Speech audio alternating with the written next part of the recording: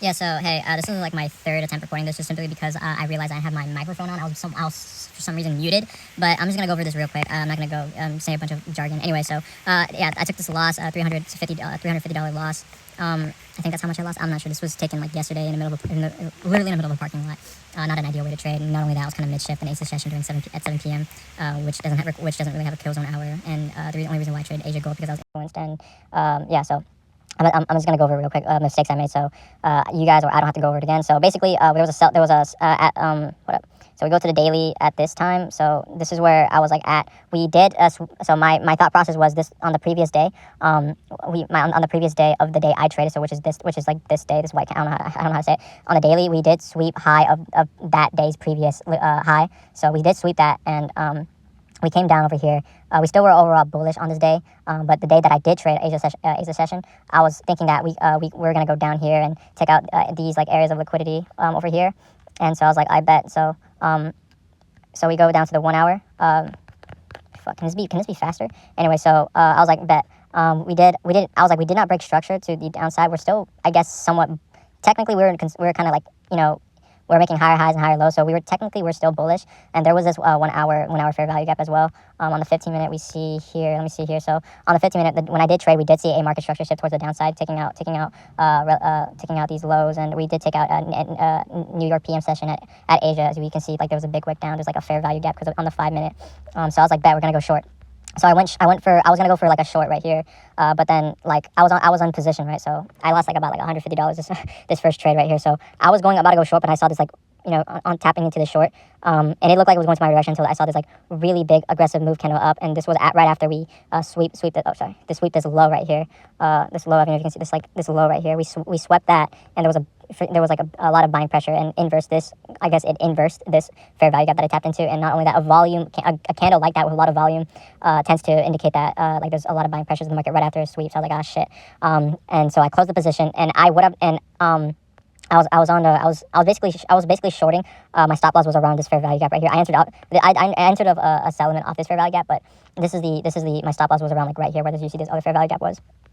And so my take profit was at this like previous day low, yeah. So I would have barely like if I had an eye like stick to my original bias or original setup, I would have been right, and I would have taken all this taken all this profits, taken all this sell side. I would have been right, but since kind of like the emotions and greed out to me. Not only that, I was also in the middle of a Discord chat, which all of them basically trade Asia session gold because for some reason like that session is super like it's very glazed. I decided that kind of influenced me a little bit, and so yeah, even though I don't think Asia session has a kill zone, I'm not too sure. But yeah, I went for buy side instead. They're all going for longs. I was gonna go for longs. I think I was the only one trying to go for longs. So yeah, I was thinking that it could have like logically I knew it was gonna go down. We're bearish. But again, like when you were influenced and you're FOMO'd and you see this big aggressive candle, your bias switches to match the context of like what you see right now, which is very dangerous, and a lot of traders don't talk about it. Like you might rationalize, oh, we actually might go up. There's this bullish S&P, and the sell side liquidity, it needs to take out these. This could be interpreted as an order block, which I did, and a market structure shift right here, and we could take out buy stops after market offered sell side as a stop rate to offset these buy orders over here, and then go and reverse to take out this area of liquidity. That's what I was initially thinking on my buys, and it really is dangerous. So that's dangerous thinking, and of course, like I entered off of FOMO, and my plan was I was like going for the moon. My plan was to like go over here or even here. I switched my stop loss when I switched my take profit mid drive. So when I was in shift, I was like, let me see if I'm doing right, and I switched my TP over right here. Then obviously, of course, it goes to the direction I originally my original first trade TP went to. So yeah, man. So that's really a bum. That's 100% on me.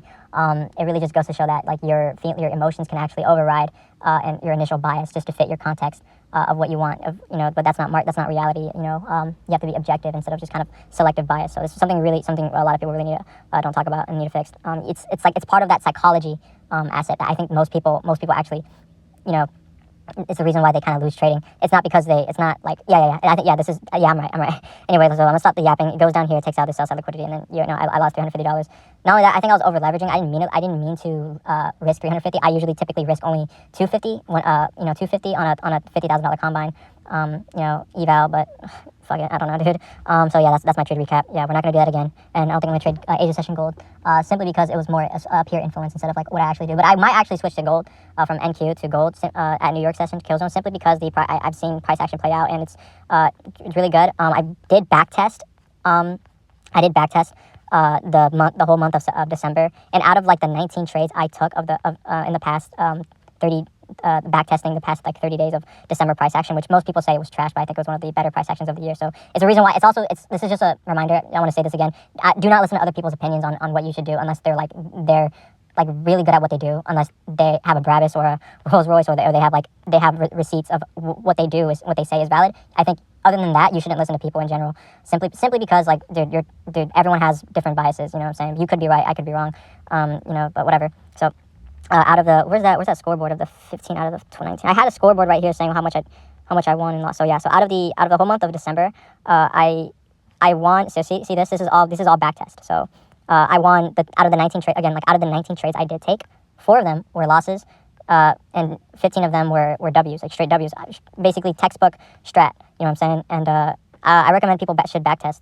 I'd say this is a W, simply because I took profits over here, closed partial profits, and trailed my stop loss to break even or halfway. So this is a W. This right here is a W. See this right here. This is New York Session. Right here. This is a W. This is a W. This is a trade that I would have went right if it tapped into the fair value gap right here. So this is a dub. There are some losses. Yeah, this is a dub. I can't keep winning too much. I'm trying to see some. Yeah, dub right here. This is a dub. I won this one. This one was a loss. This one was even though it looked like it hit my TP. This was a loss. I didn't hit my fulls. I did take partial profits, but then it trailed my stop loss. But I ended up being in the negative. Not as much as I originally intended for that originally intended. But what the fuck am I saying? Anyway, yeah. So this is right here another trade, winning trade. W. I don't know. I can't tell if that. Yeah, this was a W as well. W, L. Yeah, this is an L. This is a whole month of December backtesting. Yeah. So I think there's some sums that I missed, but if I'm gonna be transparent and honest, 15 out of the 4. 19 out of the 19 trades past December, won 15, lost 4. So I know that's not good evidence. To like that's not really good evidence. I want to see like across like hundreds of trades, because that's real and undeniable proof. But it's a good like back testing the previous month. DoorDash is a good way to like kind of it gives you kind of more sense of optimism. But there still needs to be work done. But yeah, man, don't do what I do. Don't be influenced by other people, and just stay grounded, man. Just follow your rules, follow your strat, dude. It's not that effing hard. So yeah, that's all I really got to say. Yeah, man. So yeah, that's all I really got to say. I got nothing else to say. Take care, bro.